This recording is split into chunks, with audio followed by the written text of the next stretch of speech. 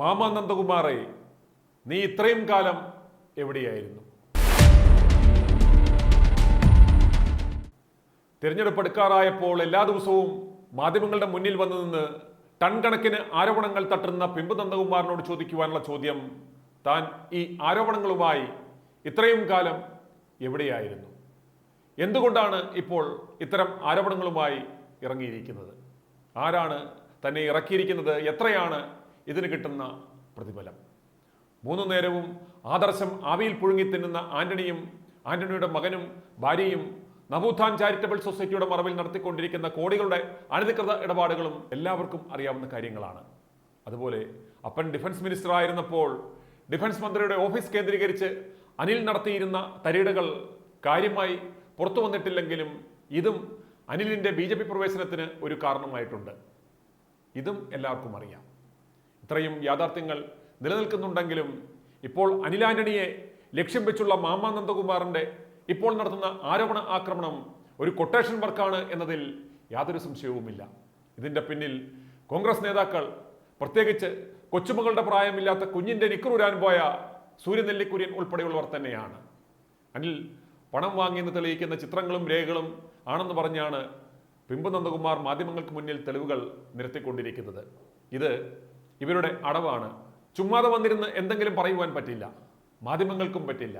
അപ്പോൾ പിന്നെ പിമ്പിനെ ചാരി അദ്ദേഹത്തിൻ്റെ ആരോപണമായി മാപ്രകൾക്ക് റിപ്പോർട്ട് കൊടുക്കാനും പറ്റും. അങ്ങനെ കാക്കയുടെ വിശപ്പും മാറും, പശുവിൻ്റെ കടിയും പോകും. തെളിവുകൾ വ്യാജമാണെന്ന് തെളിയിച്ചു വരുമ്പോഴേക്കും ഇലക്ഷൻ കഴിയും. പണി കിട്ടിയാൽ പിമ്പ് പറയും ചെറിയൊരു കൈവത്തം. ഇതിനു മുമ്പും ഇദ്ദേഹം നടത്തിയിട്ടുള്ള ആരോപണങ്ങളുടെ അവസ്ഥ എന്താണ്?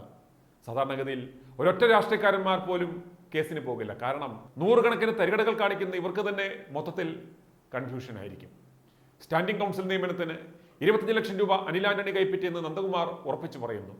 Standing council interview call letter പകർപ്പ് കയ്യിലുണ്ട് പോലും. നിയമനം നടക്കാതെ വന്നപ്പോൾ 5 തവണയായി പണം തിരിച്ചു നൽകുകയും ചെയ്തുവെന്നും അദ്ദേഹം പറയുന്നു. മാത്രമല്ല, ഭൂമി ഇടപാടുമായി ബന്ധപ്പെട്ട് ശോഭാ സുരേന്ദ്രൻ 10 ലക്ഷം രൂപ വാങ്ങിയതിന് തെളിവുകൾ ഉണ്ടെന്നും ഇദ്ദേഹം ആരോപിച്ചു. BJPയുടെ ക്രൗഡ് പുള്ളർ നേതാവ് എൻ്റെ കയ്യിൽ നിന്ന് 10 ലക്ഷം രൂപ വാങ്ങിയിട്ട് മടക്കി തന്നിട്ടില്ല എന്നും മാമ നന്ദകുമാർ പറഞ്ഞു. രസീതും മാധ്യമങ്ങൾക്ക് മുന്നിൽ കാണിച്ചു. ശോഭാ സുരേന്ദ്രനെതിരെയുള്ള ആരോപണം ആലപ്പുഴയിൽ KC വേണുഗോപാലിനെ രക്ഷപ്പെടുത്തുവാൻ വേണ്ടിയുള്ളതാണ് എന്നുറപ്പാണ്. ഇവിടെയാണ് VD സതീശൻ്റെ ആ മഹാത്മജനങ്ങളുടെ പ്രസക്തി നാം കേൾക്കേണ്ടത്. രാഷ്ട്രീയത്തിൽ പിന്നെ ഞങ്ങളുടെ വീട്ടിലെ നാളികേരം ഇടുന്ന കാശ് കൊണ്ടുവന്ന് കളിക്കണം എന്ന് നല്ലവരായ നാറികൾ ഇങ്ങനെയാണ് പറയുന്നത്. അവർ ഉള്ളതുപോലെ പറയും. രാഷ്ട്രീയം കളിക്കുവാൻ എല്ലാവരും ഇറങ്ങുന്നത് എന്തിനാണ്? നാട് നന്നാക്കാനാണോ?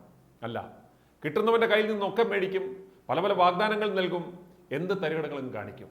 പിമ്പു നന്ദകുമാറിൻ്റെ പറച്ചിൽ കേട്ടാൽ ബാക്കിയുള്ള രാഷ്ട്രീയക്കാരെല്ലാം ഹരിചന്ദ്രന്മാർ ആണെന്ന് തോന്നിപ്പോകും.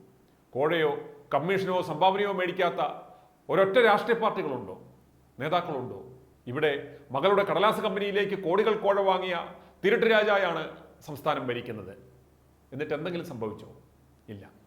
അപ്പോൾ ഈ തിരഞ്ഞെടുപ്പ് സമയത്ത് പിമ്പു നന്ദകുമാറിനെ അമേദ്യമറിയുവാൻ കൊട്ടേഷൻ കൊടുത്തത് കോൺഗ്രസ് തന്നെയാണ്. ദയവായി കോൺഗ്രസ് ഈ നാറിയ പണി നിർത്തുക. ഉള്ള സാധ്യത കൂടി ഇല്ലാതാക്കരുത്.